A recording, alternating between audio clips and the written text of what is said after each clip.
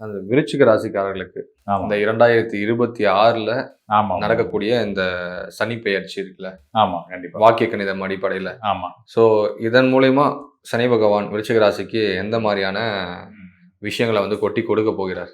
பொதுவா வந்து விருச்சிக ராசியோட அதிபதி வந்து செவ்வாய். இந்த செவ்வாய்க்கு சனி வந்து எப்பயுமே பகைதான். 2 பேருமே ஒருத்தர் ஒருத்தர் கீரியும் பாம்பும் மாதிரி தான் வச்சுக்கோங்களேன், பொருந்தாது. ஆனா இயற்கை எப்படி பண்ணிருக்குன்னா, ஸ்தான அடிப்படையில செவ்வாய்க்கு, அதாவது விருச்சிக ராசிக்காரர்களுக்கு சனி நல்லது செய்யக்கூடிய ஸ்தானமா வந்துடுறாரு. அதாவது 3ஆம் இடத்துக்குரிய அதிபதியாகவும் 4ஆம் இடத்துக்குரிய அதிபதியாகவும் வர்றாரு. ஸ்தானமே அப்படி ஆமா. அமைஞ்சிருக்கா? 3ஆம் இடம் விருச்சிக ராசியிலேருந்து விருச்சிக ராசி முதல் ராசியாக வச்சுட்டு, அதுக்கடுத்து 2வது தனுசு, அதுக்கடுத்து 3வது வந்து மகரம், சனியோட வீடு. அதுக்கடுத்து 4வது வீடு வந்து சனியோட வீடு தான் கும்பம். ஸோ இந்த ஸ்தானங்கள் வந்து பார்த்தீங்கன்னா 3, 4 அப்படின்றது வந்து பார்த்தீங்கன்னா விருச்சிக ராசிக்கு நல்லது செய்யும். ஓ! அப்ப மத்த ராசிக்காரர்களுக்கு அந்த ஸ்தானம் மாறும்போது இதுல இன்னொரு விஷயங்களும் இருக்கு. அந்த விருச்சிக ராசியில அனுஷ நட்சத்திரமும் இருக்கு. அந்த விருச்சிக ராசியில பர்ட்டிகுலர் அனுஷ நட்சத்திரத்துல பிறந்தவங்க, கேட்டை நட்சத்திரத்துல பிறந்தவங்க, விசாக நட்சத்திரத்துல பிறந்தவங்க 3 பேர் தான் அந்த ராசிக்குள்ள வருவாங்க.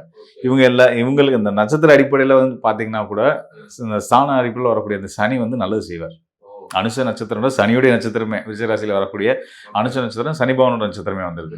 ஸோ அந்த நட்சத்திரத்துல பிறந்தவங்களுக்குலாம் சிறப்பான மாற்றங்கள் இந்த சனி பயிற்சி மூலியமா இருக்க போகுது.